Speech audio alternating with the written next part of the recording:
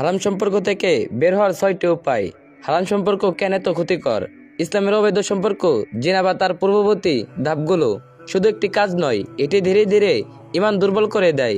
আল্লাহ বলেন, তোমরা ব্যভিচারের কাছেও যেও না, নিশ্চয়ই এটি অশ্লীল কাজ ও নিকৃষ্ট পথ। কোরআনে সূরা আল ইসরা আয়াত 32। এখানে লক্ষ্য করুন, কাছেও যেও না বলা হয়েছে, অর্থাৎ শুধু শারীরিক সম্পর্ক নয়, বরং অবৈধ চেট, গোপন কথা, আবেগী নির্ভরতা, একান্ত দেখা করা সবই সেই পথের অংশ। রাসূল সাল্লাল্লাহু আলাইহি ওয়াসাল্লাম বলেছেন, চোখের জিনাও আছে, কানের জিনাও আছে। সহিহ হাদিস, সহিহ মুসলিম। অর্থাৎ সম্পর্ক শুরু হয় ছোট জিনিস দিয়ে, শেষ হয় বড় গুনাহ হতে।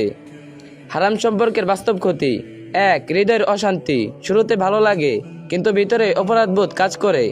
নামাজে মন বসে না, দোয়া করতে লজ্জা লাগে। 2. আত্মসম্মান ভেঙে যায়। যে সম্পর্ক লুকিয়ে রাখতে হয় তা সম্মানের নয়। 3. আল্লাহর বরকত কমে যায়, রিজিক, শান্তি, মানসিক স্থিরতা সবকিছু অদৃশ্যভাবে পড়ে। বের হওয়ার বাস্তব ধাপ: 1. ভুলকে যুক্তি দিয়ে ডাকবেন না। আমরা তো শুধু কথা বলি, আমরা তো বিয়ে করব। যদি বিয়ে লক্ষ্য হয় তাহলে শরীয়ত সম্মতের পথে যান। গোপন সম্পর্ক ইসলামের অনুমোদিত নয়। 2. আন্তরিক তওবা। আল্লাহ বলেন, হে আমার বান্দারা, যারা নিজেদের উপর জুলুম করেছে, আল্লাহর রহমত থেকে নিরাশ হয়ো না। সূরা জুমার আয়াত 53। তওবার শর্ত: অন্তর অনুশোচনা, সঙ্গে সঙ্গে সম্পর্ক ছিন্ন, ভবিষ্যতে না ফেরার দৃঢ় সিদ্ধান্ত। যদি গুনাহ মানুষের হক সম্পর্কিত হয় তাহলে সেটাও সংশোধন করতে হবে। 3. সম্পূর্ণ নো কন্টাক্ট।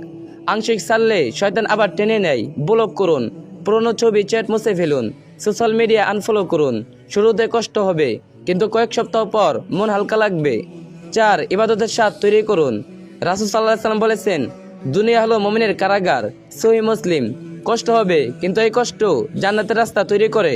করণীয়: 5 ওয়াক্ত নামাজ সময় মতো, প্রতিদিন অন্তত 10-15 মিনিট কুরআন, তাহাজ্জুদ, কান্না, বেশি বেশি ইস্তেগফার। 5. পরিবেশ বদলান।